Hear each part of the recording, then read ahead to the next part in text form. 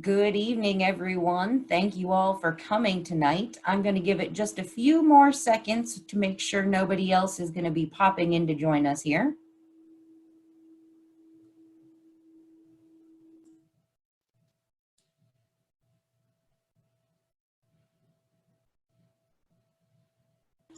All right, let's get started. Again, thank you all for joining us tonight. I really appreciate you taking the time.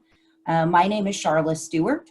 I would like to take the time to introduce you to some other people that are on the call with me tonight. I am the Family Camping Chair at the Atlanta Area Council. On the call, we also have Larry Lobby, who is going to be handling the Q&A session for us and kind of answering any health and safety questions that may come up. Then we also have Jamie Smith, our Family Camping Logistics Coordinator. We have Lindsay Nolan, our Family Camping Adventure Coordinator. And we have Charity Trabick, our Council Program Director. So again, thank you all for coming tonight. I want to encourage you to use the Q&A function that you see at the bottom of your screen. As we go through the presentation tonight, if you have any questions, feel free to post them in this Q&A section. And we will get to all of the questions at the end.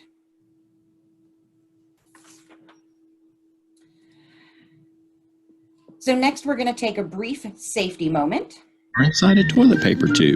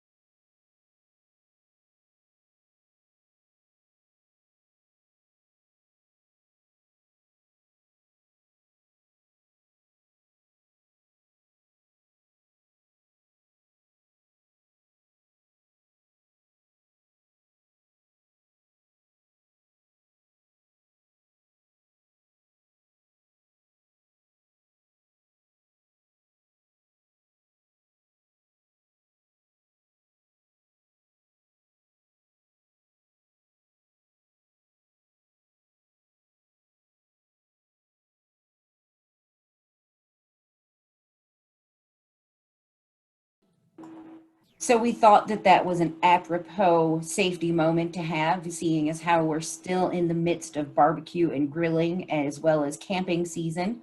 I hope you're all taking advantage of some of the beautiful weather that we've been having to go camping and spend some times with your families. I have never heard the tip, quite honestly, about corn chips before. I found that to be quite interesting. I think I'm going to have to give that a whirl next time I go camping. Next, let's talk about some change, or not changes, but well, I guess there's some changes in here, but dates and themes for this year. So the theme for Bird Adams this year is Adventure on the High Seas, and the theme for Woodruff this year is Adventure in Space. So we have a choose your adventure camping experience. If you want to get your pirate on, then come on out to Bird Adams. If you want to get your space on, then come on out to Woodruff. One big change that we're making this year is the first weekend of camping at Bird Adams is actually not going to be camping. It's going to be day events. So you can come out for just the day on the 26th, or you can come out just for the day on the 27th. If camping is what you want to do with your unit, then the weekend of October 9th, the weekend of October 16th, or the weekend of October 23rd are all available at Burt Adams. And then we're adding an additional weekend this year to give Cubs the opportunity to get out to Woodruff. And that's going to be happening the weekend of October 23rd. So let's talk a little bit about the term cohort. This is probably the biggest thing that we're doing to keep you guys safe this year. A cohort is just a fancy term for a pre-assigned group of 25 to 50 people that you are going to become new best friends with for the weekend.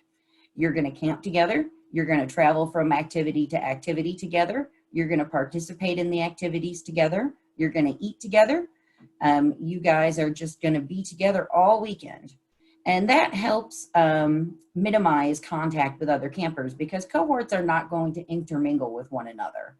And so that way your contact is limited to those 25 people within your cohort. And we're also going to have cohort guides this year, which is kind of, the concept is similar to a Wood Badge troop guide if you've ever been to Wood Badge. But what we're trying to do is put a dedicated volunteer with each cohort. And that dedicated volunteer is going to be in charge of making sure that their cohort follows the rules and regulations as it pertains to moving around camp throughout the weekend, and also being there to answer any questions and offer guidance and support to the unit leaders and the parents within their cohort. So that's really going to be the biggest thing that we're doing. But we do have some other changes that I wanted to highlight this year. The big thing you're going to notice the most is when you come in the front gate, we're going to be doing health screening upon entry. We're going to ask you whether you've been traveling outside the country, whether you've had a fever, or all those good, interesting questions that you get asked every time you go someplace nowadays. And we're really just going to try to make sure that you're coming into camp feeling your best and that you're feeling healthy and ready to camp for the weekend. Another change this year is we're going to have strictly scheduled program activities. Typically, Spooky-Ree has been, very non-structured, and you could move about camp and kind of choose your activities at your own pace. And this year, we're really trying to keep everybody to a schedule and to a specific route around camp to minimize the interaction between the cohorts.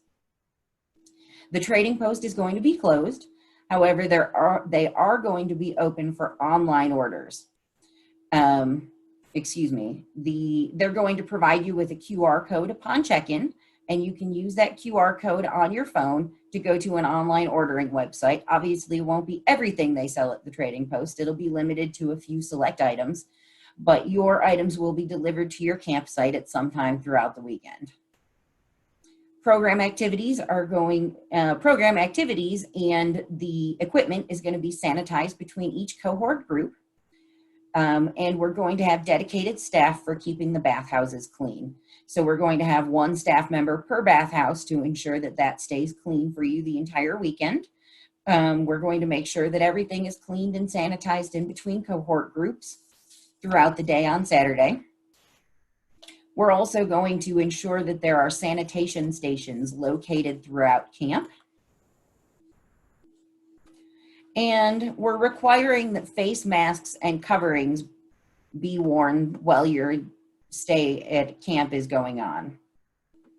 The dining hall is going to be closed. We'll talk about meals in greater detail a little bit later. But there's also going to be no camp-wide ceremonies this year. But that doesn't mean there's not going to be ceremonies. That just means we're encouraging you to hold your ceremonies at your campsite. So in the morning, we, still get up and have your flag ceremony. In the evening, still take your flags down, still have your campfire, still make your s'mores. But it should all be done at your campsite this year instead of one big mass gathering. Let's see. We're not going to have, unfortunately, a costume parade and a haunted trail. We could not come up with a safe way to do those activities this year.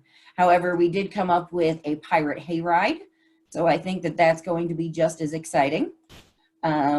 And this year, we're also limiting all of the activities to outdoor spaces. And so we're going to be outdoors all weekend. Bring your sunscreen, bring your bug spray. Make sure you bring your camp chairs and your wagons for Saturday since you're not going back to your campsites. But those are just some of the changes that we're implementing this year. Next, I want to give Miss Jamie Smith a few minutes to talk about logistics. Jamie? Good evening, everyone. Hi, I'm Jamie. I'm the logistics chair for the Spooky-Ree campouts. And let's go over a few items. So check-in and registration for camp this year will be, participants will arrive at 6 p.m. And touching base on this, we will not allow anybody to arrive before 6 p.m. This way we can make sure that we check off the health form that's on the back of your parking permit and, you know, put a little sticker on it so that we know that we've checked you off, just to make sure that everybody is coming in safely and nobody has any symptoms for COVID. So if you don't make the 6 o'clock deadline, then you can arrive Saturday morning, and we will have check-in available at 8:30 in the morning down at the camp office, which is below the Love Dining Hall.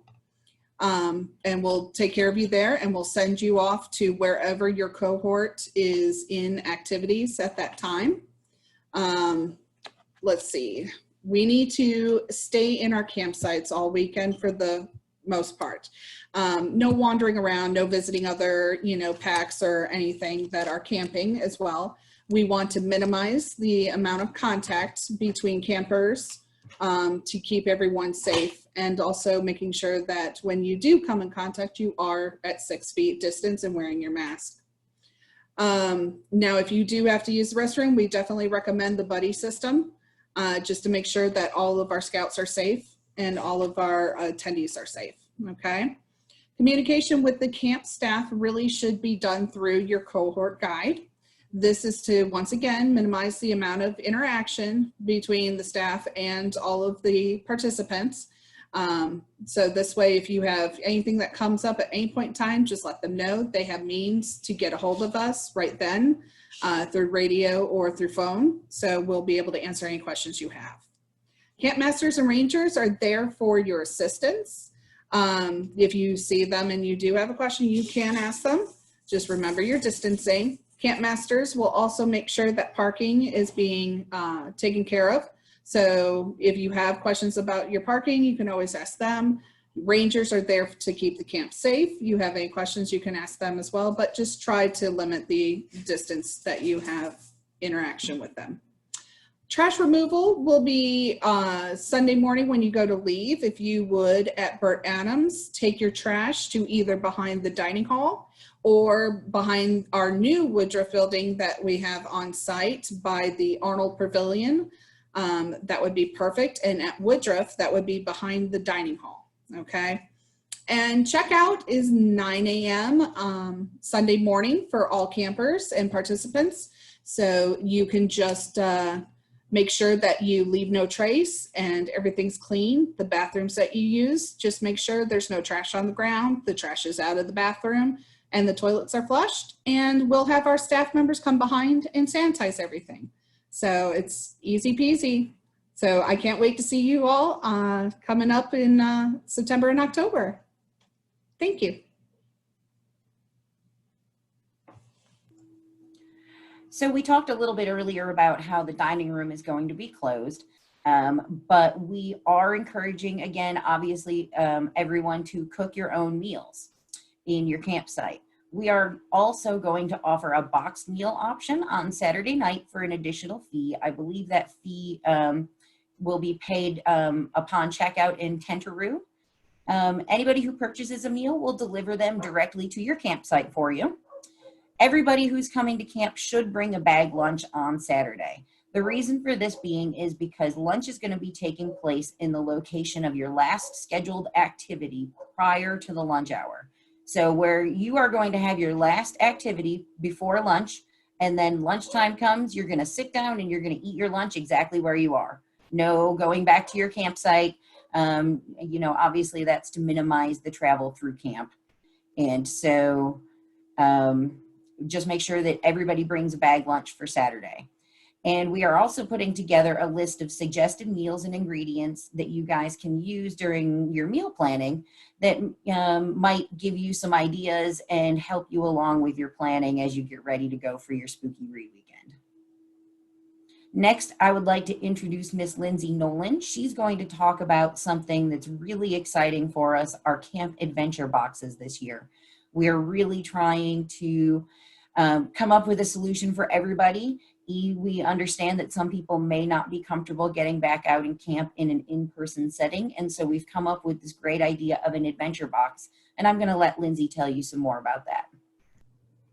Hello, Scout families. Let's talk a little bit about what we have planned for those of you who need to stay home. So what we've come up with is we've come up with an adventure box, and it will follow the theme of adventure in the high seas. So in that box, you are going to find fun activities such as decorate your own, telescope, decorate your own hat, your flag. Let's see, fire building kits, paracord for knot tying, and some other fun stuff. It will also include your patch for the camp out. It will not include a t-shirt, but you can purchase a t-shirt separately for an extra fee, and then you can also actually purchase the masks. Sorry. So anyway, so we've got lots of fun that are in the adventure boxes, and then on top of that, we are also offering online camp. So the way that is going to look is we are doing that through canvasstructure.com, and it is very user-friendly.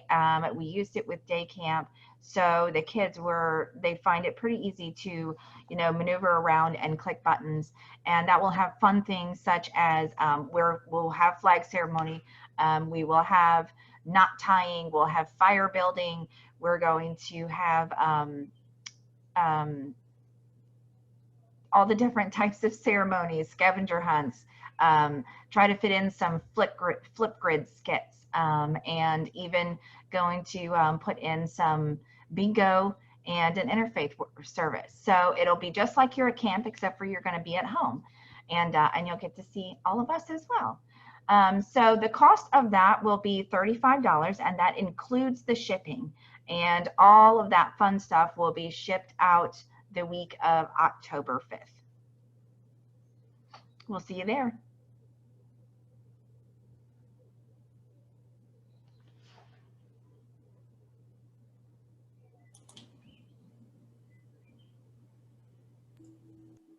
Miss Jamie, do you want to lead our Q&A session? I would love to. All right, let's see here. We have our first question comes from Tanya, and she asks, will you need scouts to volunteer for Cub Scout Spooky-Ree? I know Larry was going to answer some of these, but I think this one Charlotte can go ahead and chime in on. So yes, we definitely need scouts. We're going to utilize them maybe a bit differently than we have in years past, as far as we're not going to need them actively running program for us. However, we do need help with setting up. We need help breaking down. We do need help monitoring, one person per activity. And we need at least 25 youth to help us put the pirate hayride together. We'll need some youth to assist with the stargazing exercise at Woodruff on Saturday evening. So there's definitely some youth volunteer opportunities. Excellent. Thank you, Charla. Sorry, as we all have it, our animals love to get into the screenshots. Mine is no different. Okay, so it looks like we have another question, and this one asks, is there going to be shooting sports on the day events? Charla, you want to pick that one back up? Absolutely. There will be shooting sports during the day events. We will be doing archery, BBs, and slingshots. And obviously the Lions cannot participate in the BB guns, and so we're going to have rubber band gun ranges set up for them next to the BB gun range. So parents can kind of pitch hit at both of them. Okay, and also coming from Scott, he was asking, was there going to be dedicated time slots for the shooting sports, like in the past? So there is, but we're going to do it a little bit differently. So basically, we're breaking the day down into periods, and everybody's going to have a schedule. So, cohort number 1 will do activity A in period 1. And they will rotate them throughout all the activities throughout the day. And shooting sports is actually going to be 2 of those periods during the day. And so you will get your, you will do archery in 1, and then you'll do maybe BBs and slingshot in another. But you'll get all 3 done within the allotted periods. All right. And it looks like there's another question for you, Charla. This is from Janet. She mentioned that we talked about the Pirate Hayride going to be at Burt Adams, and she wanted to know, is there something similar to that we're having at Woodruff? Unfortunately, there's just not a good route to do a hayride at Woodruff. We tried, and we just could not come up with a safe way to do one. And so unfortunately, there is no pirate hayride. However, we are going to do, since our theme at Woodruff is space, we're going to do a stargazing activity on Saturday evening at Woodruff. Excellent. All right. And so John has a question. He said, is there a way to get a copy of the slides that we showed this evening? I would certainly be happy to share those. I have no problems whatsoever with those. Charity, could you pop on and tell me the best way to do that? This webinar is being recorded, and so we'll put the recording up on the website at the end of the webinar. Excellent. Very good. So Scott has a question and wants to get clarification about face masks for the weekends. Are they recommended, encouraged, or mandatory? That could be a Larry or Charla answer. We had initially said that they were recommended, but obviously the further guidance that's coming out from state officials, we have decided to make that mandatory for all participants and all volunteers. Very good. All right, so John here has a question about the cohorts. Can we have a cohort smaller than 25 people? And how are cohorts going to be assigned? So cohorts are going to be assigned by Veronica at council, and obviously us and our input. We're going to try to keep packs together as much as possible. It's going to be assigned much the same way campsites are assigned currently. We're going to, if you have a very, very large pack, we may have to break you up into 2 groups, but we'll try to put your 2 groups camping near one another. So we'll do our best to keep you guys together. Good. Pamela would like to know, are there other types of coverings that are approved in addition to masks? You can if you're asking about face coverings, I know there's a Yes. variety of them out there. Gators are one, I've seen people using bandanas. Obviously, there's no mandate on what type you have to wear, so long as you're wearing something that is going to cover your nose and your mouth and prevent the spread of any virus, right? Very good. Spread of any. So Mike wants to know, what time is check-in for the day-only camps? That is a good question, Mike. Check-in for the day events is 9 a.m. Excellent. And we have Scott again, and he would like to know, with the 6 p.m. check-in on Friday, will there be a long car line forming, and can we arrive early and queue up in the car line? I will say that we're not expecting the massive amounts of traffic that we have seen in years past. Obviously, we're limiting registration to all of these weekends to just try to keep things as safe as possible. And so we're not going to see quite the amount of traffic that we usually do for Spooky-Ree. But certainly, you know, we want to discourage people from lining up out into the road and blocking traffic. But from a logistics standpoint, I'm sure Jamie could speak to this more, but we can form, you know, several lines at the front gate, you know, 3 to 4 lines at the front gate to try to keep everybody in a neat, organized manner.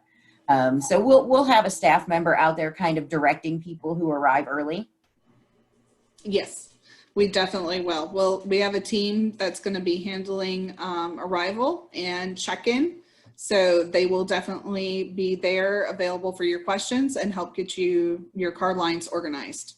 So looks like John here has another question. It looks like he's asking, for those that are lions and tigers and the smaller cubs who need a break during the day and can't do all the rounds of activities, are they able to go ahead and head back to camp to rest during the day, since we're trying to limit the amount of wandering or traveling around camp without your cohort? That's a good question. And unfortunately, you know, one that I would have to say, no, we don't want you going back to your campsite during the day. You know, bring chairs, bring wagons, bring whatever is going to make you comfortable throughout the day. So that you can plan on a 9 to 5 outside away from your campsite kind of day. Very good. So this question goes to Lindsay.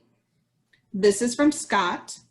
He would like to know, will the adventure boxes be different for rank, like lions versus Weeblos, or are they getting the same box? No, they're going to be the same across the board, and that's because in the past, what Spooky-Ree is geared towards is it's geared toward just fun and getting out there and having an adventure. So we're not concentrating on the ranks. So there will be across the board, every age cub is going to have something to do in the box. All of them will be able to do it. It's just a matter of the fire building. The Weebelows need a simple supervision, whereas a tiger is not going to be able to, you know, sit there and do fire building by himself. And it'll just be more of an excuse for you to get out there and camp with them and have fun with them. But it will be all the same contents across the board. And I think we've done a pretty good job of kind of making it nice and well-rounded. That way, everybody's going to have fun and everyone can use all of the contents. Even the adults can get their own box and have just as much fun. Awesome. Very good. So Donna was asking, do you need to have a camp box if you're attending the actual camp, Lindsay? No, you do not need a camp box if you're attending camp. But if you would like one, could you order one anyway? You absolutely could. You could order one. Absolutely. Excellent. All right. Susan here has a question. If you do the stay-at-home camp, can you order extra patches for your parents and siblings? And if so, how much would they cost? I think that's Charla. I'll answer that. So patches would end up being $5 a piece. Okay. And they can purchase those through the registration as well? We'll set something up. We don't have it set up currently. Okay. Very good. So Susan also has a question, and this will be for Charla. Will they be put with their own packs? So are you trying to keep the packs together? Absolutely. Obviously, we know that you want to be together for meal planning, meal preparation, all those sorts of things. So we're going to do everything in our power to keep you guys together, or at least in close proximity to one another. So, you know, we will do everything we can to keep you guys together. Yes. Excellent. Chris here has a question asking the cohort guide. will they be camping with the group or just available to lead to the activities? So the cohort guide is actually going to camp with their cohort. So they are going to be available the entire weekend at the cohort's disposal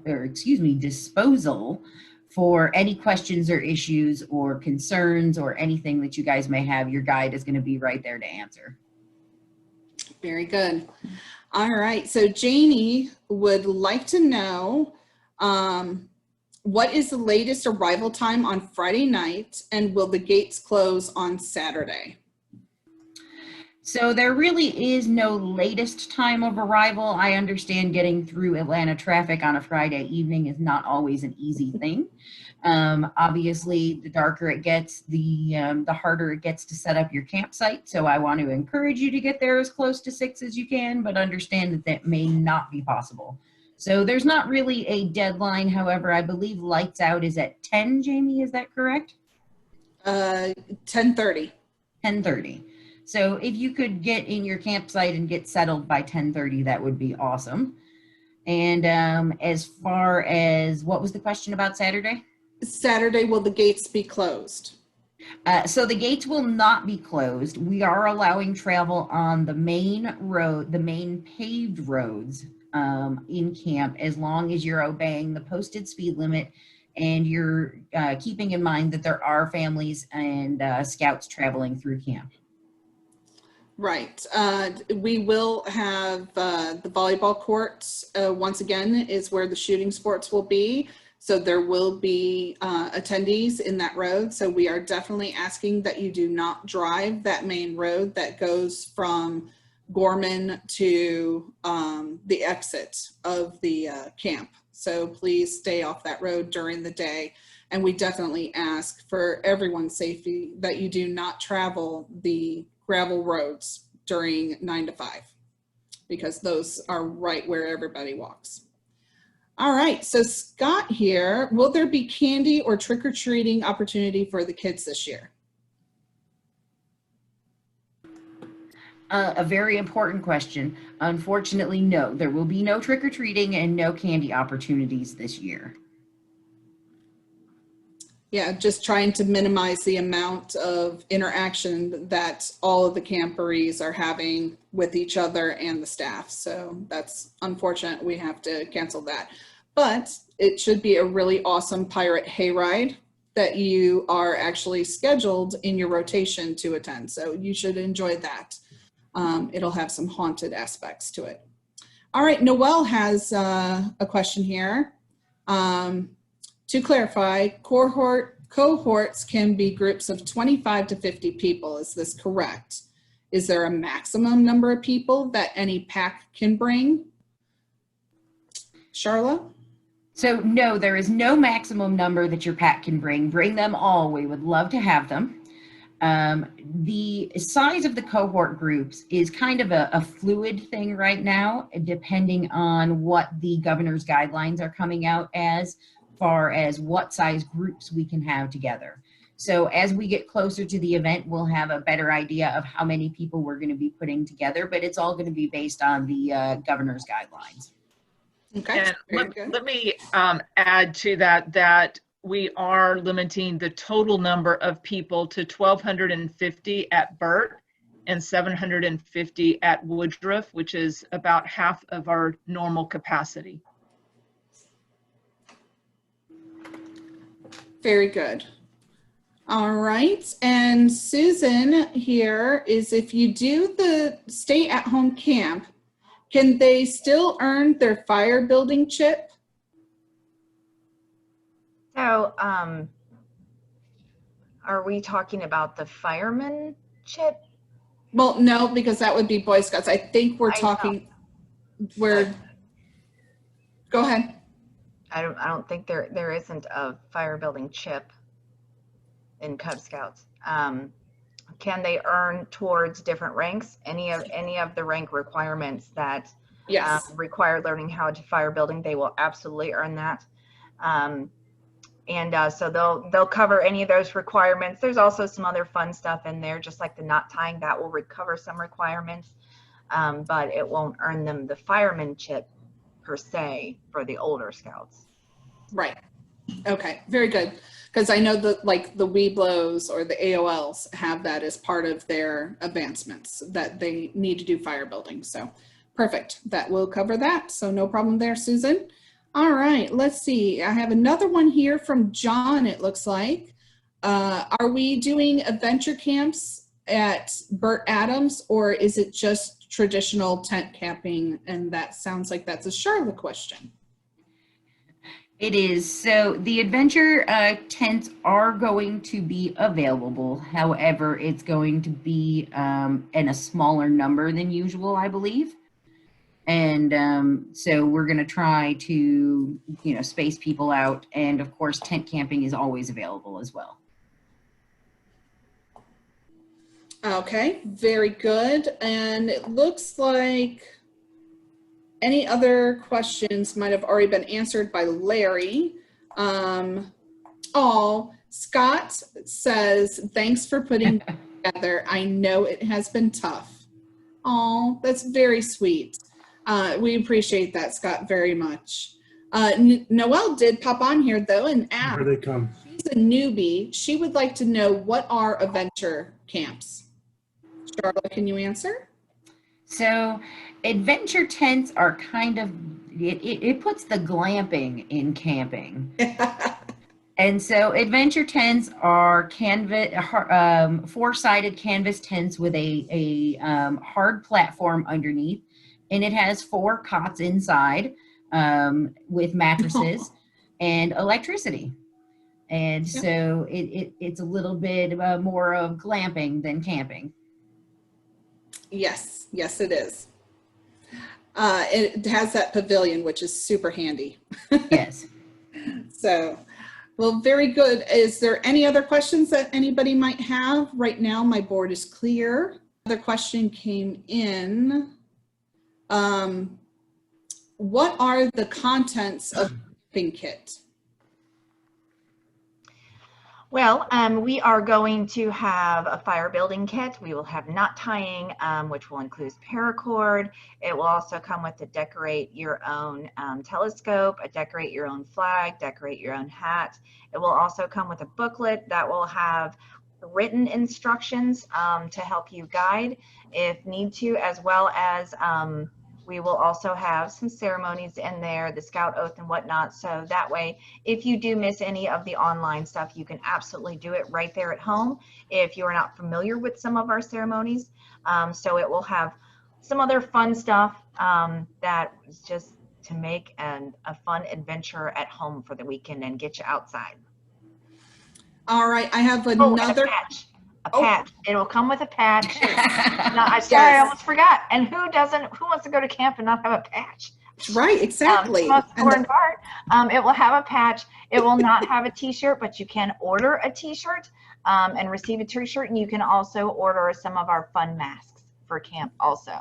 That can be shipped out to you. All right, I think we're going to go ahead and shut down the Q&A for now. But please, if you do have any other questions, our information is available, I believe, on the Spooky-Ree website. And we would be happy to answer anything that you have going on in your head about concerns for the weekend.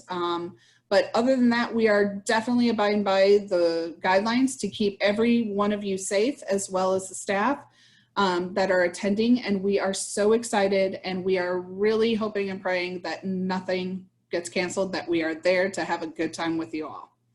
Charla?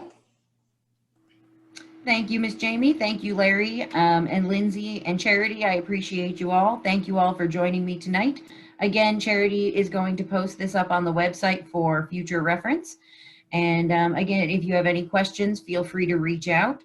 And again, thanks for coming. Appreciate you.